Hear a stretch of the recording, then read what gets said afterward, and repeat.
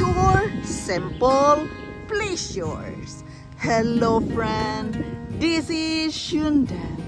And today share just some thoughts while I am walking here in the woods, the nature. Each and every one of us must learn to enjoy nature, simple pleasure.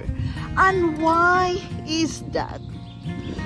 I have been sharing with you many times that nature is good for our body, both psychologically and physically.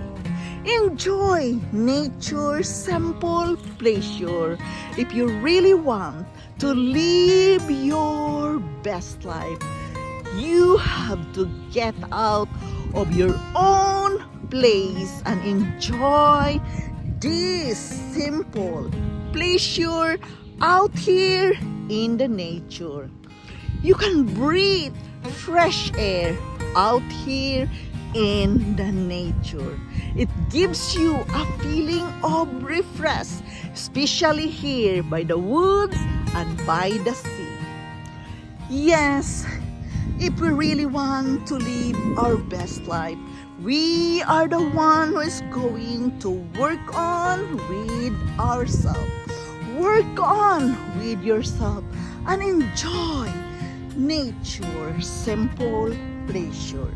It is very important that we can do this. In the nature, you feel relaxed, calm, and it gives you a good feeling.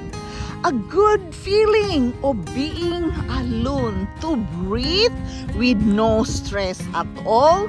Really, it is an amazing feeling. I am sharing this with you because this is what I am doing after work. I'm going out here in the woods. I'm going down there by the beach, by the water, to relax my nerves, to relax my body from the stress of work. Take a moment with yourself. You have to invest time with yourself if you really want to live a long life. Everything we do in this life journey takes work and effort, but we have to prioritize what things that can make us happy, what things that can enjoy our feelings, that we can maintain our joy within our hearts. We have to take a moment with ourselves to enjoy this simple nature pleasure. We must walk near the water because when you're walking near the water, for example there, somewhere near the water, it relaxes us and it will give us distress in our body. We feel distress and calm in our body.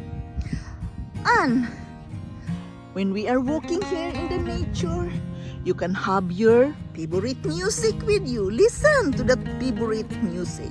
Or take a picnic bag. Have a picnic out here in the nature. Prepare your favorite meal and eat out here in the nature. Or you can sit down there by the beach and read a good book.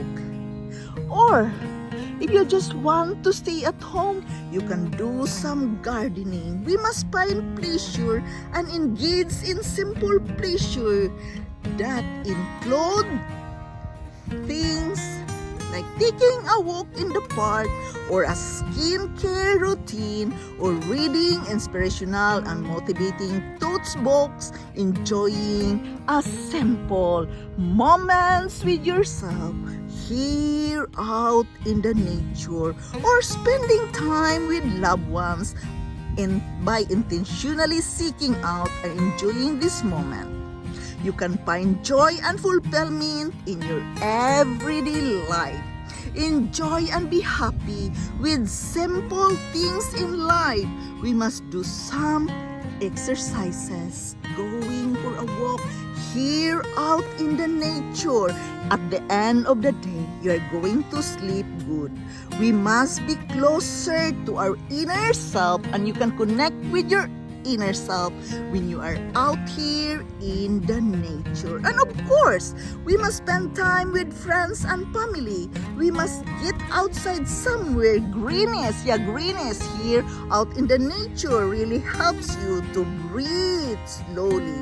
We must help others as well as you're helping yourself when you can help others as well.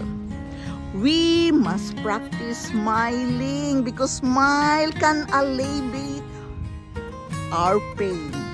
We must plan a trip and comfort ourselves. Visualizing the trip we're going, we can get pleasure of it in our day-to-day life as well. Think something that can make you satisfied. Think something that can make you feel good.